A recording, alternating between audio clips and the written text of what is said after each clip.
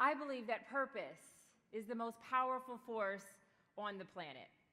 I believe we're created on purpose, with purpose, from a place of purpose, for the very purpose of purpose. It's a lot of purpose, huh? The only problem with that is that most people don't know their purpose. And of course, we know that companies are run by people. And what I know for sure is that when we don't know our purpose, we settle. We settle for people pleasing, for protocol, for approval, for performance, and what I believe is worst of all, is appropriateness.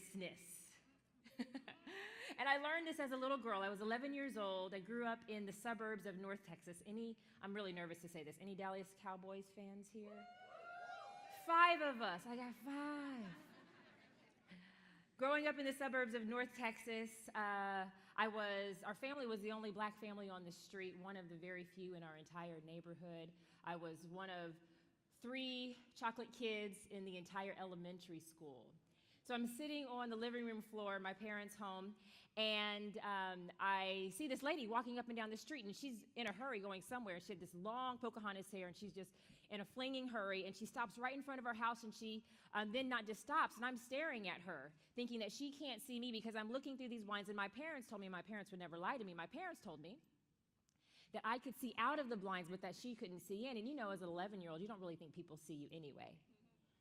And so as I'm staring out of the blinds, I see this woman walking. She stops in front of our house. She walks up the walkway and rings the doorbell. And then she proceeds to explain as my dad answers the door, and I'm kind of curious to know if I'm in trouble now for staring at neighbors. She says that she needs a babysitter, that she's in a hurry and wants to know if I would fill in for the job. Well, I'd never been hired for anything before. And I thought this would be an exciting challenge, and so I said yes, absolutely. I get dressed really quickly. I walk back across the street with her to her house. She explains how to make sure that her house does not burn down and that her kids don't end up in child protective custody within my care. And then she's gone. So fast forward 2 hours later, she returns home, and she asks, how did everything go? And I wanted to say, you know you raise Bebe's kids. You know your kids never ever need to have sugar ever again. But I was too polite to say that, and I said, everything went fine. And she said, well, I didn't have an opportunity to stop by the bank, and then she starts fumbling in her pocket. And as she fumbles in her pocket, she pulls out these two bills. One is a $1 bill, the other is a 5. And she says, I didn't have time to stop by the bank, all I have is a 1 and a 5. Which do you want? And I find myself staring again, now at a choice. And be honest with you, what I really wanted to say was, where's my sister who said that?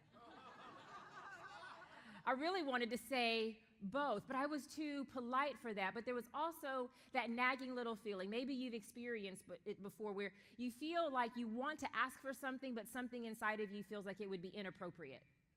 That it would be out of order, out of line, that you would be too much, that it would be perceived as being rude. And I started to feel greedy and guilty for wanting more. And so I said, you know what? That wouldn't be right. I'm already used to being labeled this problem child at school. For me, going through elementary school was a lot like integration, or at least it felt like it, because it was the first time that my teachers had black kids in their classrooms for the first time. So I was already labeled a problem child. I already was used to getting my name on the board. I already realized that if I spoke up, if I did too much, that was always the pathway into the principal's office and to getting in trouble and having to explain to my parents what happened at school again. So as I stood here looking at which did I want, I wanted more, but instead of reaching for more, I played it safe and I settled for less. I said, I'll take the 1. And then she pulled both bills back and said, are you sure? I said, yes, ma'am, I'm sure. Now, in truth, I probably had earned both, right? I filled in on short notice. I watched 2 kids that I didn't know. I put them to bed, and I cleaned the living room. Some of you want to hire me right now. And so, but I said, you know what, I'll take the 1. So she took the 5. She put it in her pocket. I took the 1, and I put it in mine. Now, at 11 years old, I was actually pretty proud of myself because I earned something.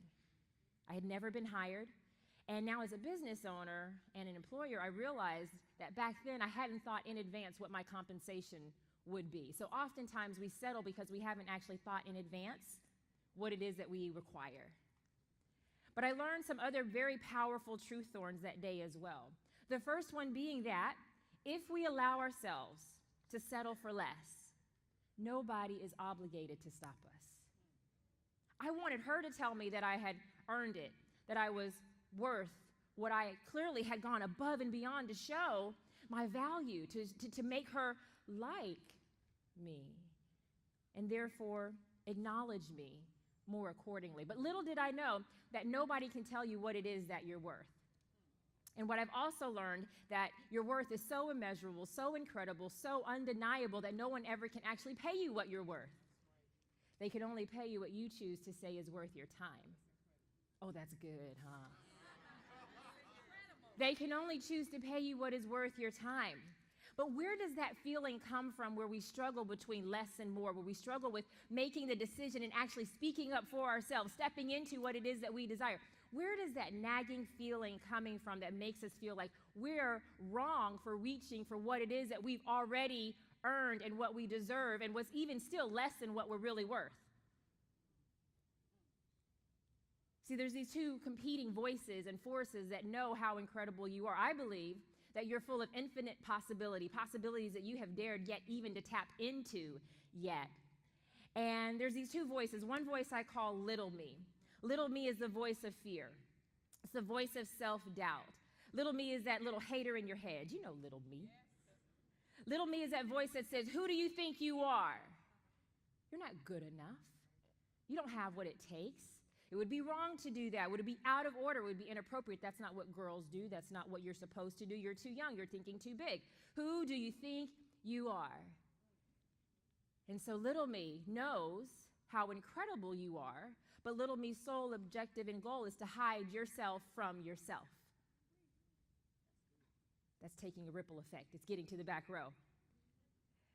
Little me's sole objective is to get you to live beneath your destiny by causing you to operate in the realm of doubt. And so little me battles for you because little me knows how incredible you are. And if little me can keep you out of alignment with your possibility, with your potential, with your greatness, you'll never step into your purpose. And little me will also feed you this really tricky thing called success that traps us. But there's another competing voice. Little me doesn't fight all by itself. There is a foe, and that is future me. And future me is the voice of faith. Future me, I've got the church right here on the front row. Future me is the voice of faith, the voice that says, yes, you, especially you. That you have a unique mission with only your name on it. You see, future me is completely attached to your future, helping you step into the best of who you are and all the things that you don't even know that you're capable of, but it's the reason for which you were always created. Future me is that voice that whispers and says, try that. Future me is the vehicle that gives you those ideas that seem like they're impossible, that seem like they're wacky, that seem like they're totally out of left field, but that's the future calling. And future me's goal is to help you step into all that you really are. And so these two forces, they battle because they know how important you are, that we need you, but if we can get you to doubt your own significance, that you'll just settle for safe. And so they battle, this constant tug of war, this battle between less and more. What am I worth? Where do I belong? What am I good enough to reach for? What am I reaching? How am I reaching to for too much? Am I worthy? Am I enough? Will I ever be enough? And so these two forces, they battle. But these two forces also don't want you to know what I'm about to share with you here today. I believe that the only way to enter into your life's purpose and to accomplish the mission for which your life was created, we're going to talk about the mission and how purpose operates in alignment with your business. But I think at a core level, it's time to get a little personal. Is that okay? When we understand who we are, we're able to go where we've never been, but where we've always been designed to arrive. And purpose is not about your why. A lot of us think, what is my why? Most of us just make it up. Purpose is about your where. And the question I'm going to pose to you today is, where are you now being led to lead next? But you can't answer that question unless you understand your how. Your how is, how have I been wired? How have I been pre-equipped and designed to do something that destiny has always set aside for me? And so I believe it's impossible to step into your life mission unless you dare to believe bigger. And so we'll talk a little bit here and there about how little me and future me show up. But I want to share with you also the 5 keys to stepping into your life mission. Is that okay? Yes. Is that all right? Yes. Because I believe when you understand this, this is one of the things that will unlock possibilities in every area of life, personally, spiritually, professionally, but also financially in terms of being able to do what's never been done, which creates a type of income that you've probably never even seen before. Somebody like that part. Yes. And the key thing to keep in mind is that most people will never make it out of stage 2 of these 5 stages. Now, some of you have seen me talk a little bit about the purpose map before. And so stay with me because there's some different dynamics that we're going to delve into today. I want to thank again Toyota for inviting me to be here to help us challenge the impossible at the next level. And we talked about how to take the original purpose map conversation to the next level. And so but we also decided, and they felt that the purpose map is a critical framework in this season, a critical framework for us to understand individually. So I'm going to talk to you about personal identity, and I'm going to talk to you about enterprise identity and how you translate your personal understanding of who you are into how you show up into all that you bring to business, but also what do you bring to the world. Sound good? Say yes. All right, I'm going to just pull this forward just a little bit. Y'all pray it doesn't all fall down. There we go. All right, so the first stage of this purpose map is called discovery. Now, these are components from inside of my new book, Believe Bigger, which just so happens to be the #1 new release in the women in business category in the country. Just a little bit. A book about purpose being the #1 new release in business. Discovery is where we ask the question, who am I supposed to be? Who am I supposed to be? This is where we get shoulded on. We're told who we should be and who we shouldn't be, what we should do and what we shouldn't do. This is where we get should on. I know it took a second for someone to catch that. This is where we learn the do's and don'ts of life. This is where we're told what's appropriate, what's polite. This is also where little me first makes its home in our head and in our heart. This is where we learn how to conform, how to play by the rules. I also believe this is where our inner don't default gets set. You know, we all have a setting. And each of us also has an inner setting of what we shouldn't do and what we don't do and what we say we'll never do. And so our inner don't default gets set here in the discovery stage. And I want you to begin to think about what are some of the things that I learned that I should never do. Now, some of your nevers were productive. They were positive. All of us have to have some way that we learn how to govern our lives. But your do's and don'ts are different than mine. And what ends up happening is we develop this internal navigation system that I call the rules. So this is a book here.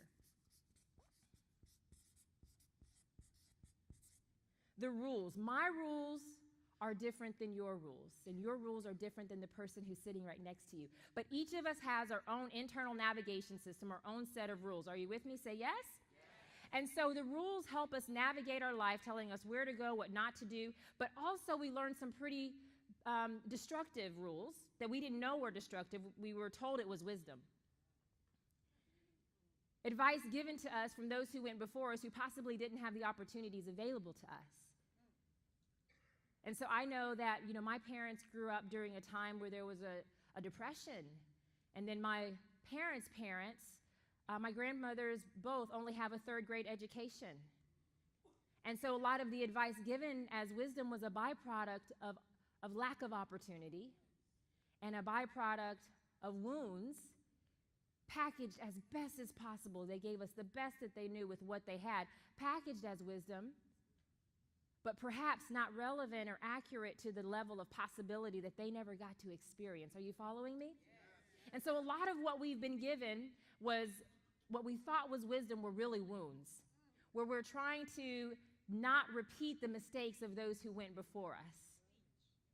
And then also, what we've been given in this season, or in this stage, I should say, when we're in the discovery stage, we're also taught a lot about how to blend in, how to not get in trouble, how to not. So we're actually conditioned into protocol very early. This is where little me also tells us who we're not good enough to become. This is when you're told, oh, well, this is what my mother was told. I remember her telling me this story. She was in elementary school trying out for the choir. And her teacher told her that she couldn't sing well enough to make the choir, that she didn't need to pursue that. And at 8 years old, she never pursued singing ever again. My mom is an amazing, beautiful, angelic singer. But who told you something that you could not do and therefore you never tried?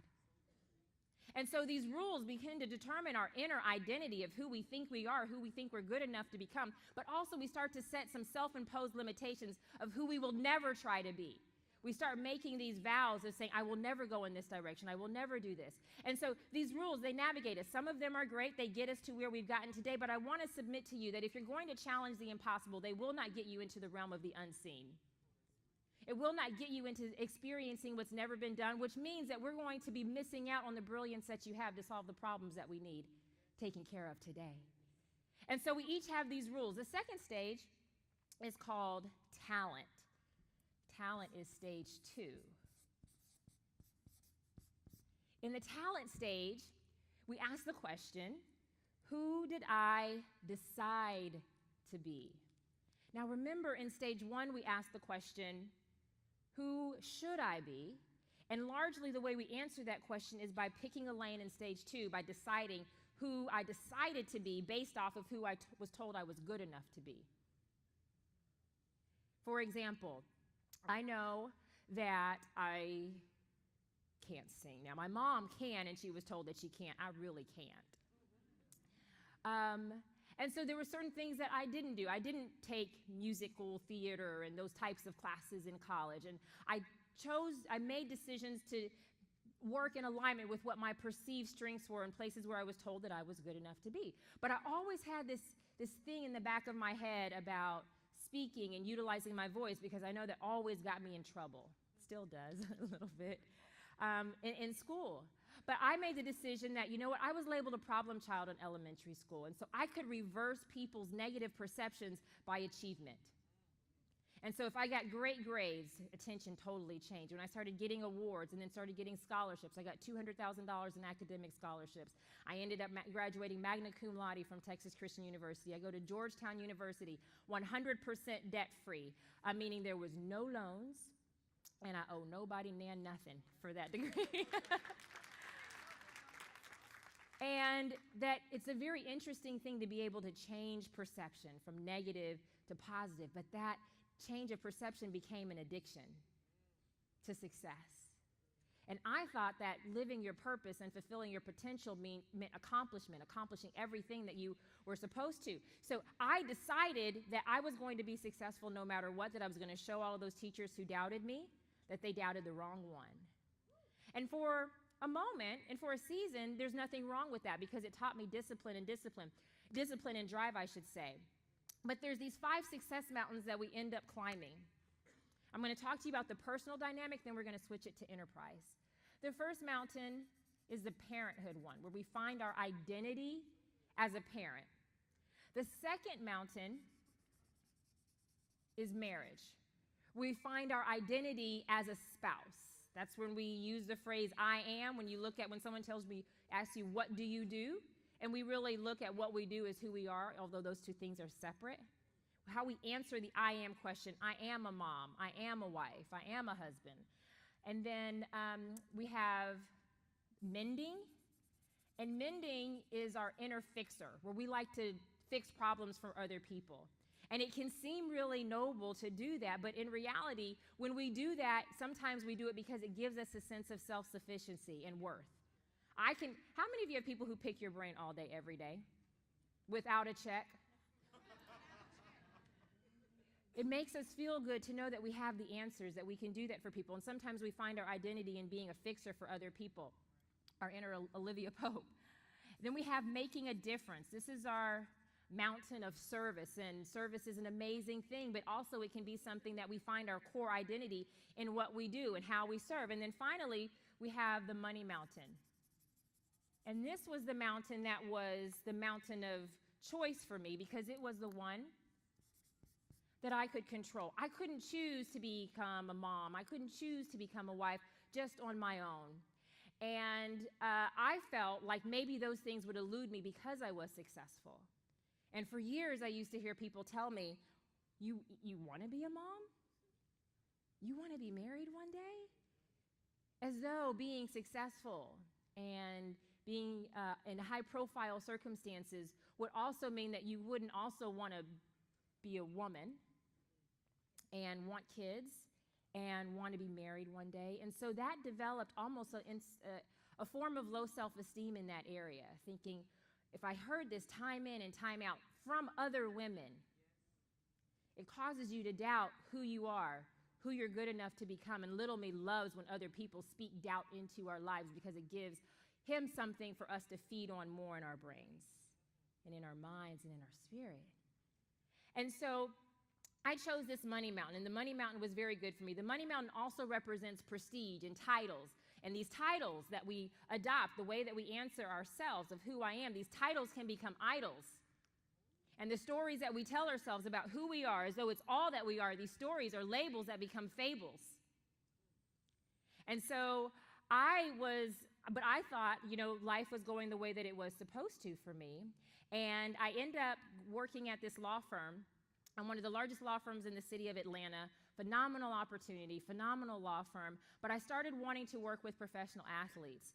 And this desire first came when I was on a show called The Apprentice. Now, I heard Chuck mention The Apprentice a moment ago, and that got zero, zippo, zilch applause.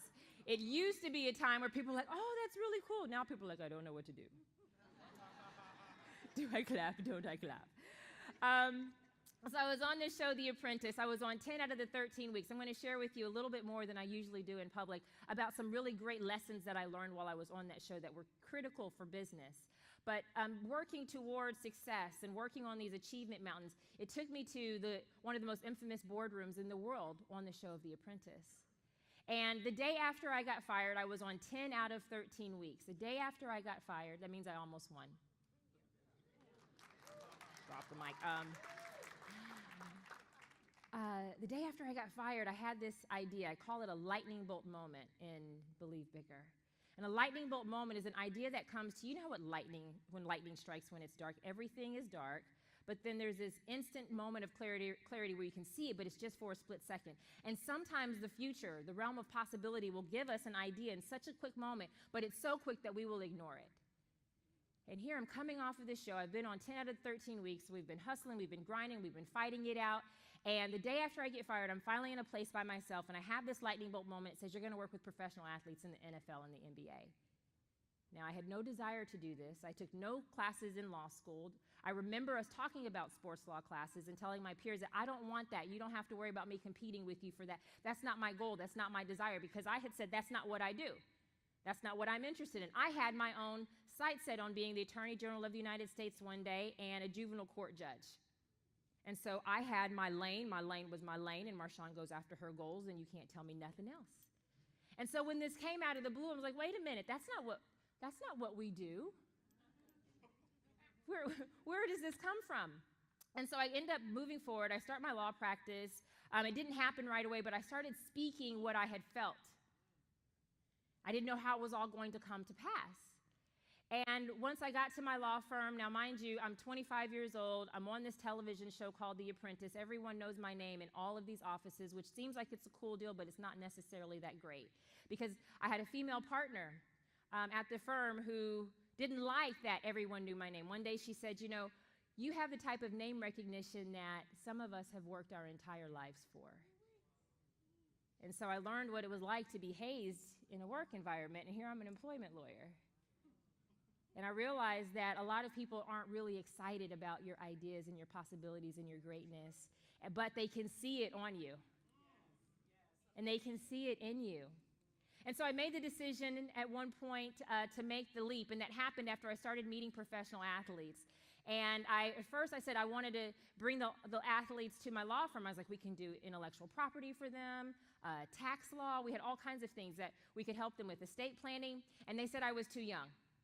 That's not what a first-year associate is supposed to do. So I end up deciding that nobody puts baby in the corner. This is what I love about not talking to an audience of millennials, because the millennials have no idea who baby is or what the corner is all about. So I go and I make the decision to leap, and I start my own law firm. And I remember when I gave my notice at my law firm and told them and talked to two of my mentors, both women. One of them stood across the seat from me. First of all, she thought I was going to work for somebody else's firm. And I said, no, I'm starting my own sports agency. She says, Marshawn, you don't want to throw your career away. You went to Georgetown. You put a lot into it. You're young. At this point, I'm 26 and a half years old, a few months away from, or maybe 3/4, about to turn 27. And she says, you don't want to throw your law degree away. And when I said I was starting my own firm, she praised poop. She said, holy, some of you got that. And she said, Marshawn, I kid you not, this is exactly what she said. You're going to have to buy your own paper. And I realized that someone who had been practicing law 40 years, longer than I had been alive, was so comfortable in a comfortable space and familiar environment. And I looked across the table and I knew I did not want to be her. It wasn't about the space or the place or the environment. I believe that purpose is not about a position, it's about a mission. So it wasn't about what she was doing or where she was. It was about the mindset that thought that this is all there is and this is all I'll ever will be, and trying to get me to live in that little place with her. And so I made the leap. I start my own sports agency, and I end up signing less than 2 weeks later, the highest paid defensive end in the NFL. He had just signed a $62 million 7-year contract with the New Orleans Saints. Okay, yes. And so this is my first client. And then from that client, I end up signing Rolls-Royce as my first corporate client. Rolls-Royce, and then Tiffany & Company, and then Nike. This is all within a couple of months after leaving my law firm. Now, I had to get serious because a couple of days after I gave my notice, a couple of days after I decided that I was leaving, I got a note or an email from a company that had me on retainer. It was like a financial services agency. They wanted to manage the foundations of the clients that I was signing. And I had a nice retainer, and I got this note saying that they had lost a $50 million credit line. It's a big credit line. And that all contracts were canceled immediately. And that was one of the first times that I found myself at I guess not so much a rock bottom, but in a hard place where I had to figure out how I was going to make this happen, because I wasn't going back to where I was. And this is usually our default. When times get hard, we try to go back. I wasn't asking for my job back. You could call it pride, you could call it ego, but that wasn't happening. And I had to make this work. I had to actually believe in a vision that nobody else said was possible when it became even more impossible. And so to sign the highest paid defensive end, to close Rolls-Royce, and to build partnerships with them where their chief marketing officer came in town and says, the highest spend that we have on any activation in North America is right here with you. And here, I'm only a couple of months out of doing what I was told I couldn't do. And so I find myself in this really amazing season. I'm growing my sports agency. I'm sitting on the 50-yard lines. I'm representing NFL and NBA players. My firm grows to be the fastest growing women-owned sports agency in less than a year. And it's a phenomenal, phenomenal season. On top of that, I had a book out at the time called Skirts in the Boardroom, published by John Wiley & Sons. I'm going to tell you a little bit of stuff. I'm not bragging. I'm just showing you how the season was. And I had a book out called Skirts in the Boardroom by John Wiley & Sons, the largest business book publisher in the country. And it was the first time they published a business book with an African-American female under the age of 30. It's very rare for women to get business books, much less hardcovers, much less with the biggest business publisher in the country. So life was good. On top of that, I'm doing work for CNN, commentary. I'm even doing work for ESPN. Now, my brothers, who started a club called BAM, that stood for Boys Against Marshawn, finally thought I was legit when they heard me on SportsCenter doing commentary about reinvention and brand strategy and helping athletes to reinvent their careers after they made some questionable choices that ended up in some places that maybe they shouldn't have been. And so life is really good. And on top of that, I find myself engaged. And I'm engaged to an amazing man, very talented, successful in his own right, had a successful company. And after some time, we end up preparing to get married, and I fell head over heels in love with his kiddos. And I'll come back real quickly to these mountains. We talked about the motherhood and marriage mountain being mountains that I thought would never actually end up in my life, that I may never actually get to experience those. And there was something special about hearing the baby girl call me mom. Or the middle child, there were 3 kiddos, 2 boys and a girl, explained to me one day when I was packing their bags and trying to figure out what do you want to wear? And he said, he's 8 years old, he said, well, my mom picks out my clothes. That's your job. You have to pick out my clothes. And there was this amazing sense of responsibility that felt different than managing athletes, different than all of the success pursuits and the mountain slaying and the goal climbing that I was used to. It touched a different part that I had never experienced before. So I decided to close my entire sports agency down for love. And it wasn't even a hard choice. I think that's what was interesting, is that so many people thought it was something that I never wanted, but when I found something that was really special, pure and tender, there was no second guessing that for me. It was what I wanted to do, what I desired to do. So I closed everything down. I transitioned my athletes to other representation, the athletes that are virtually impossible to close and land to begin with. And I'm preparing to get married, and it is Monday before a Saturday wedding. Now, this wedding, if you can't tell by now, I'm over the top.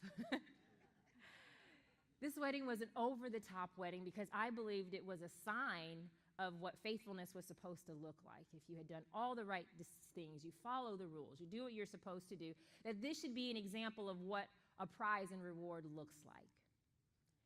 And so it's Monday before a Saturday wedding, and I'm talking with my fiance. I wake up, pick up my phone, and I get a text message from him that I got every single day during our year-long long-distance courtship. He was in Chicago.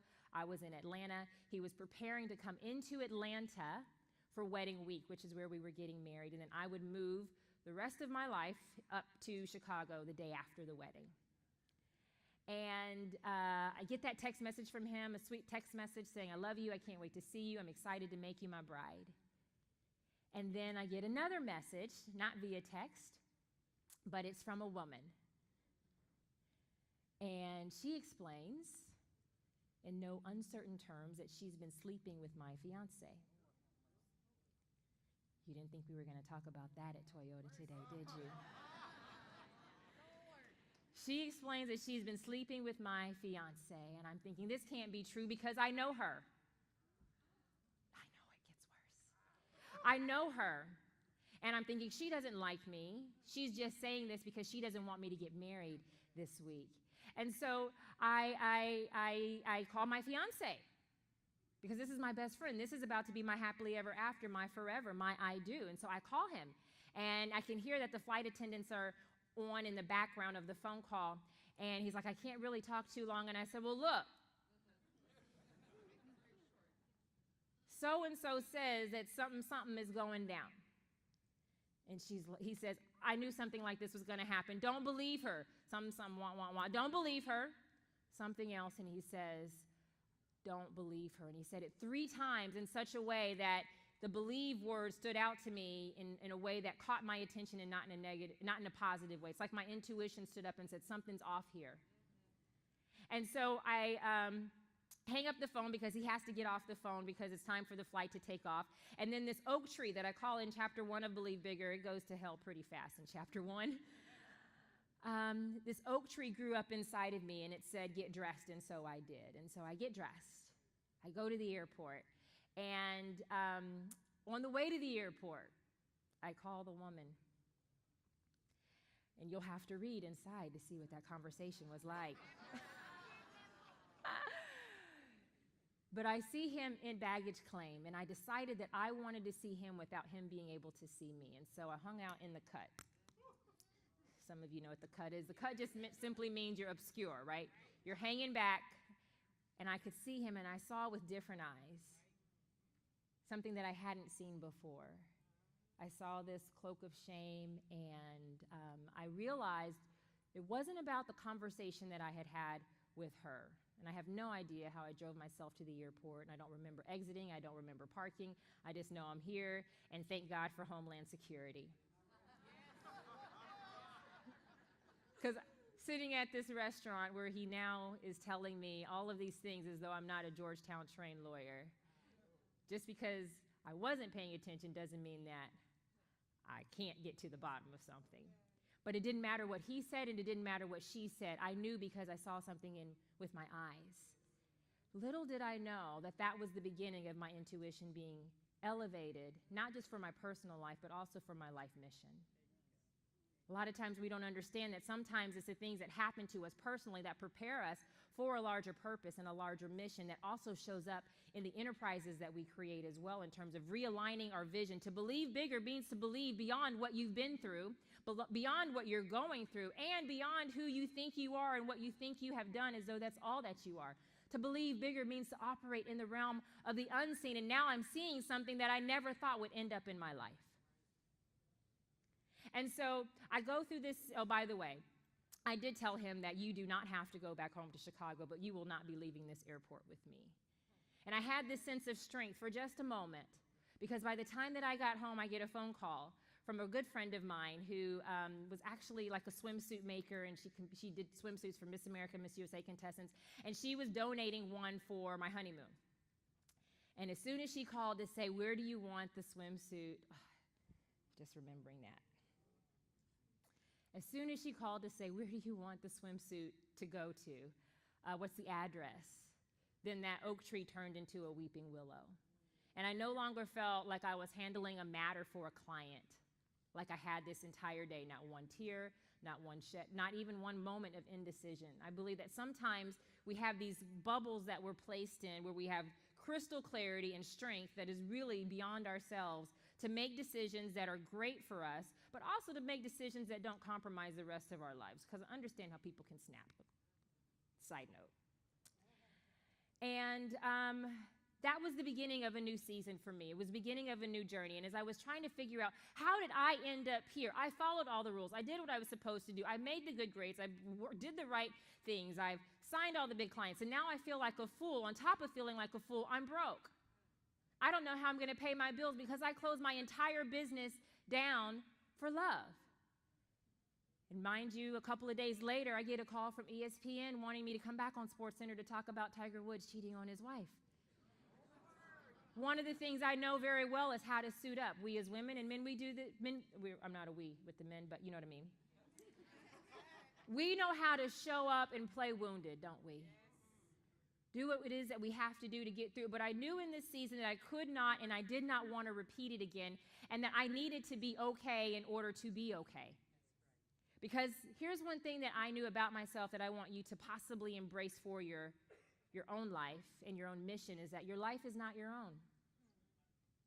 When you begin to realize that your life really is not your own, that you're here not only to be of service, but to be of amazing impact, you start to look at obstacles in a different dimension. If you think of yourself casually, you'll think of things coming into your life as casual circumstances. I knew that I mattered in a way that was higher than myself.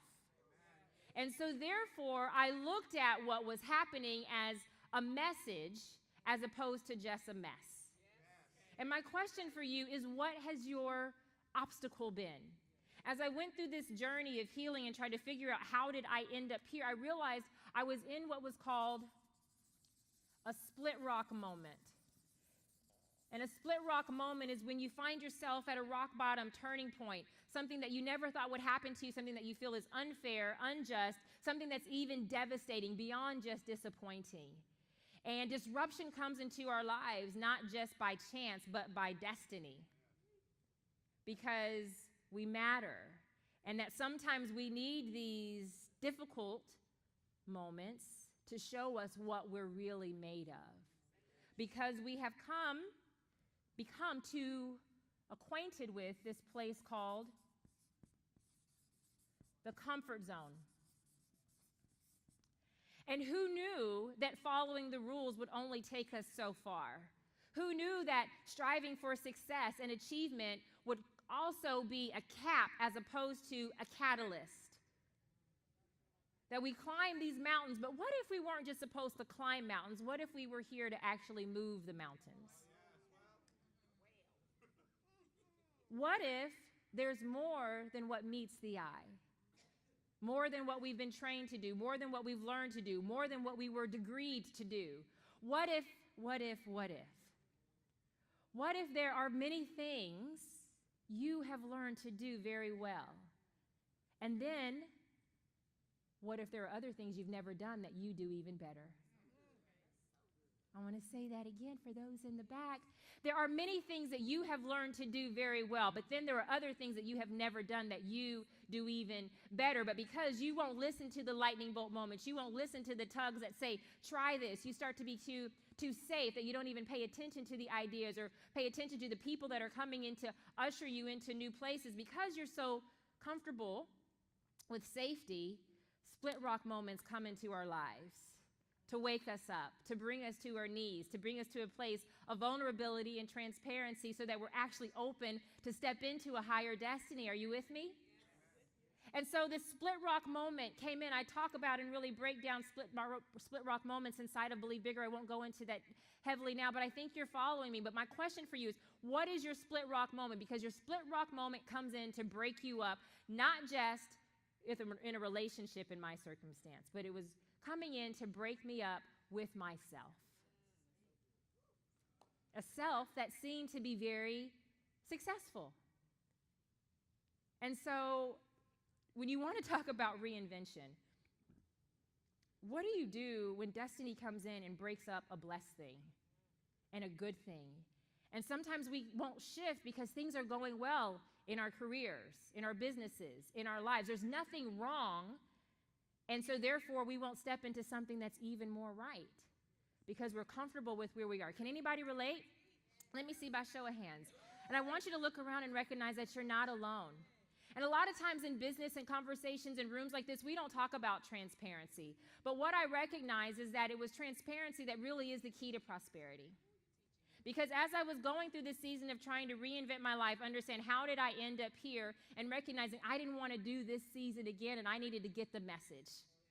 I started working on myself, and which was difficult because I wanted to go back to my sports agency. I wanted to go back and try to recruit clients again, although I didn't have a lot of emotional capacity to do that.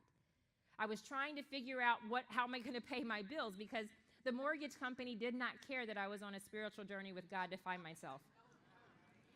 So I needed to figure out how I was going to pay my bills, and I was reflecting back on the day after the wedding was scheduled to take place, and I say scheduled as opposed to supposed to, because there are many things that we have scheduled in our lives that were never supposed to happen.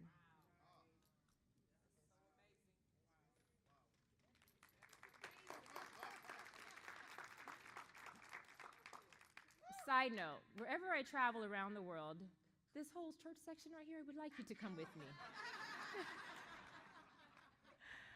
There are many things that we have scheduled that were never supposed to happen. And as I was reflecting on the day after the wedding that was scheduled to take place, I'm leaning up against this luxury vehicle that he purchased for me. And it was very difficult as an independent woman to allow him to do this. And I let my guards down. I didn't have a plan B. It's one thing when you fall. It's another thing when the person who is supposed to catch you is the same one who drops you. Betrayal breaks you like nothing else. Causes you to doubt. It caused me to doubt my beauty, my worth, my intelligence. I felt like a fool for ending up here. These kinds of things don't happen to a woman like me. I'm too smart for this. And as I'm leaning up against this vehicle that I didn't buy and now I can't afford, I said, God, why did this happen to me? And I heard a voice that said, you're going to be able to change the lives of women like never before. Opened one eye and I was like, couldn't you just send me a memo? And then I opened the other eye and I was like, you know I don't like women. We can be evil to each other. I have had horrible experiences in the workplace, a lot. And so you're telling me I'm about to go do something that I don't do. Why do you think I work with fresh athletes, NFL and NBA players? That was my comfort zone. And so I had a rule, and oftentimes, get this, your purpose is hidden inside of a place of pain. It's stepping into a place that you said you would never go to, but also this is something for us to understand in business. A lot of times, the customers that we never thought were our customers that are dealing with problems that we never thought were problems that we were designed to solve, we're missing the higher purpose because we said, we don't solve that problem. We don't go into those spaces. We don't go into those areas. But the reality is that change is not just coming and the future is not just coming, it's already here. And what I had to recognize that I had to deal with the circumstances that were right in front of me right now. And as I reached back, what was once easy growing out of soil had become dirt. What do I mean by that?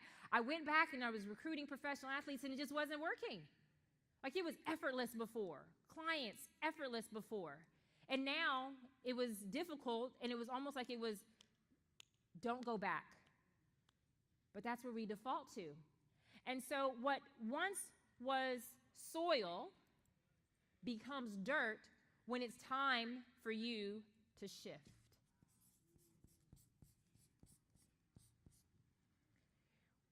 And the reason it has to be dried up, and oftentimes the reason things will dry up, whether it's in the marketplace, the economy, with your clients, in your career, with your teammates, where it feels like things once worked, but now you're feeling agitated. It's purpose kicking inside of your womb. You know what this feels like, right, men? Saying that I am too small. I'm sorry, I'll say it this way. Purpose is saying I am too big for the small place that you have me in. And so therefore, these labor pains or these contractions start coming up in moments like split rock moments, or even to use the soil analogy, things were going easily. You would continue to plant here if it stayed soil, but now it's dirt. So things start drying up. Disruption comes and starts taking everything away on purpose to get you to move into something that you've probably already been asking and praying for. If you say, I want to make more in our company. I want us to be more lean. I want us to be more agile. I want to have more in my personal life. I want. Well, sometimes it can't happen where you are. And so circumstances change that move us into this place where we want to be is called the shift. But what happens after a split rock moment is we often find ourselves in this place called the gap. And the gap is where most of us are. The gap is this place, the in-between. So we know in Discovery, we ask the question, who should I be? In Talent, we ask the question, who did I decide to be? In this middle stage, we ask the question, what is happening to me? The way that you know you're in this place, you take this word shift and you cover the F up. When things seem like they're not going right, it'll seem like an attack. But what I want to challenge you is to believe bigger and to understand that it's really an invitation. It's an opportunity to align with something higher that maybe you never even thought was possible. And so what will happen in this middle place, it'll feel like a wilderness. It'll feel like an in-between place. You're not quite in your Egypt anymore where you were, but you're also not in your promised land. The reason the split rock comes, the reason the shift is necessary is to take you into this other place that's waiting for you and what you've actually been asking for and what you were built for, called the glory zone. The problem is you've been operating in a way that you didn't even realize with a different kind of psychology. In a lot of our trainings, we talk about these two different thought processes. One is called survival psychology. That will get you up the mountain, but it will never enable you to move the mountains. On the other side, we have achievement psychology. Lawyer in me. Achievement psychology is about operating in the realm of possibility, in the realm of potential, understanding what dreams, gifts, what they're all about, and being able to operate mentally in alignment with what most people never even think about. And so the split rock moment comes in to break us up with survival thinking based off of the rules. And it invites us to become a rule breaker, to challenge what we're told is impossible, to do what's never been done before. And sometimes we have to go through something we've never been through before to be capable of taking other people into a new place. And so we end up in this gap, this place that's kind of the in-between. We go in circles. It can be a really challenging place because we're not confident. We don't know where we're going. We don't know what's happening. But we're also getting these new things. These new ideas are coming because we're actually not in a war zone, although it will feel like it. We're in the growth zone. And in the growth zone, there will be certain things that start falling from high, these lightning bolt moments, ideas, possibilities, new people, new opportunities. It may come through a reorganization within your company. It may come through different things that you think that you shouldn't have to deal with. That's called ego and entitlement. That's a byproduct of survival thinking. This shouldn't happen to me. I shouldn't have to deal with this. I should. Now you're not just being shoulded on, you're shoulding on yourself. And so these new ideas will come, and they'll come to you inside of the gap. And then there's a few things that we have to do in order to move from the gap into the shift. A lot of people think they're in a shift, but they're really in a gap. The way you're in a gap is you're going in circles. You're still trying to reach back. You are not partnering. There's a few things that I learned that I had to shed. So I'd like to share those with you. Some of them I learned from being on The Apprentice. So when I was on The Apprentice, do y'all remember how the show was formatted? The original version, non-celebrity version, back when the real business people had to show up and play. I have a little ego issue. It's a little bit, but you have to have a little bit to get on a show like that. They interview 1 million people, 18 get selected, 1 brown girl, right? What does it take to get onto something like that? You have to have a higher vision. And so I'm on the show, I'm on The Apprentice. We're going back to back in terms of tasks. Now, the way the show is structured is they break the teams into men versus women. And they said they do that because it makes good television. But on the first week, we were given a task to create a fitness program for Bally Total Fitness. So we're working with Bally's global team or national team or what have you. They give us the task, what they're looking for, and so we as the women's team, we lose in week 1. I think that we had a strategic advantage. Even though we weren't in as good a part of town in terms of economics, I still think that we had an advantage. I believe we lost because we didn't get along and we didn't respect each other's ideas. You see, when you're a woman and you show up and you're polished, the other women will sometimes look at you and call you a threat. But guys don't do that. They're like, I want you on my team. And so when you have infighting, and this is not a gender-specific thing, this happens at every company, regardless. But when you have infighting, you don't have focus, and you're not actually able to capitalize upon the possibility that's right in front of you. Because what are you doing? You're operating in survival thinking, not achievement psychology. And so week 2 comes along, and we're at Trump